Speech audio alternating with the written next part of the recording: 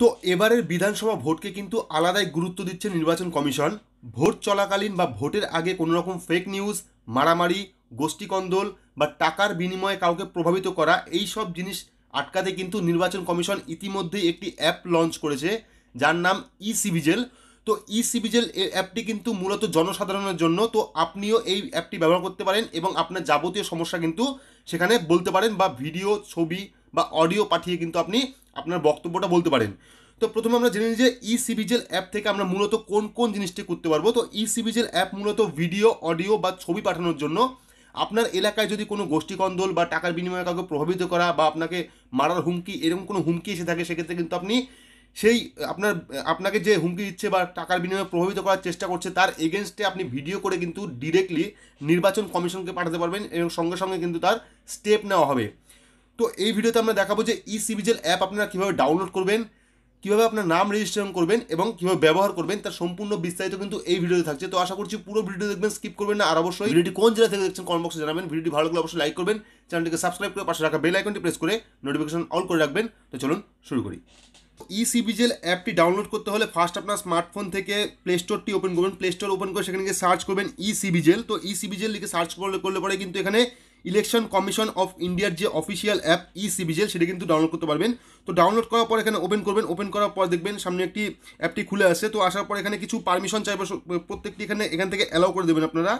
এখানে কিছু রেকর্ড চাইবে এবং কিছু আপনার লোকেশন চাইবে, অডিও চাইবে, ভিডিও চাইবে। তো সবগুলোই কিন্তু পারমিশনগুলো অ্যালাউ করে দেবেন। তো অ্যালাউ করার পর একটু বাফারিং করে কিন্তু এটা খুলে যাবে। তো ফার্স্ট আপনার এখান থেকে ল্যাঙ্গুয়েজ সিলেক্ট করতে হবে। তো এখানে দুটো ল্যাঙ্গুয়েজ আছে, ইংলিশ অ্যান্ড হিন্দি।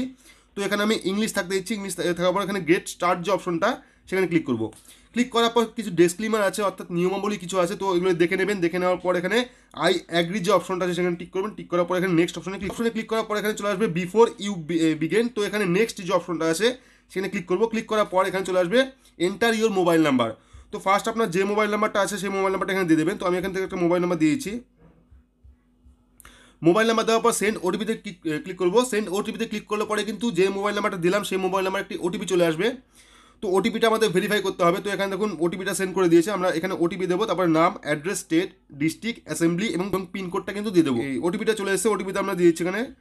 ওটিপি দেওয়ার পর এখানে নেম, প্রথমে আপনার নাম দিতে হবে। তো যে নামে আপনি ভেরিফিকেশন করতে চাইছেন সেই নামটি এখানে দিয়ে দেবেন। তো আমি এখানে নামটা লিখে দিচ্ছি। নাম লেখার পর এখানে অ্যাড্রেস, তো ফুল অ্যাড্রেসটা আমি এখানে দিয়ে দেবো।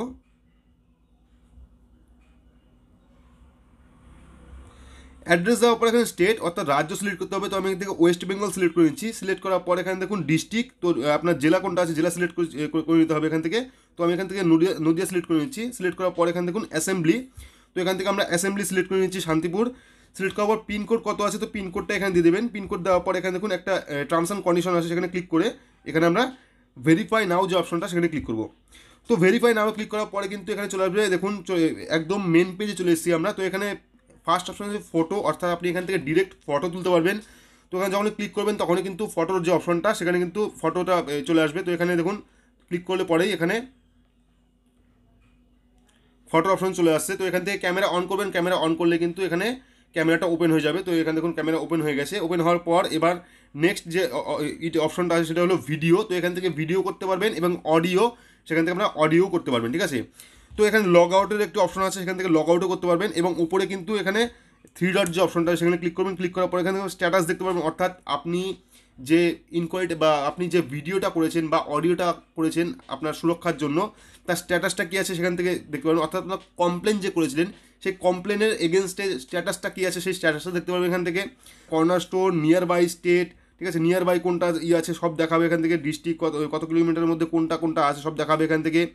এবং আপনি কিন্তু এখান থেকে আরও অনেক কিছু আর্টিকেল, ফিডব্যাকও পেয়ে যাবেন। এবং স্ট্যাটাসটা সব থেকে বড়ো ব্যাপার, স্ট্যাটাসটা কিন্তু দেখতে পারবেন। তো আপনারা যদি কোনো রকম বিপদে পড়েন বা ভোট দেওয়ার জন্য কাউকে যদি কেউ কোনো প্রেশার দেয়, সেক্ষেত্রে কিন্তু আপনি এখান থেকে আপনি স্পাইয়ের মতো ফটো তুলতে পারবেন, ভিডিও করতে পারবেন, অডিও করতে পারবেন এবং এখান থেকে ডিরেক্ট কিন্তু আপনি নির্বাচন কমিশনের দপ্তরে কিন্তু পাঠাতে পারবেন। সেখান থেকে কিন্তু আপনার অভিযোগ যদি সঠিক হয় সেক্ষেত্রে কিন্তু তারা যথেষ্ট স্টেপ নেবে এবং আপনার সুরক্ষা কিন্তু যথেষ্ট খেয়াল রাখবে, আপনার নামটা কিন্তু হিডেন রাখবে, ঠিক আছে।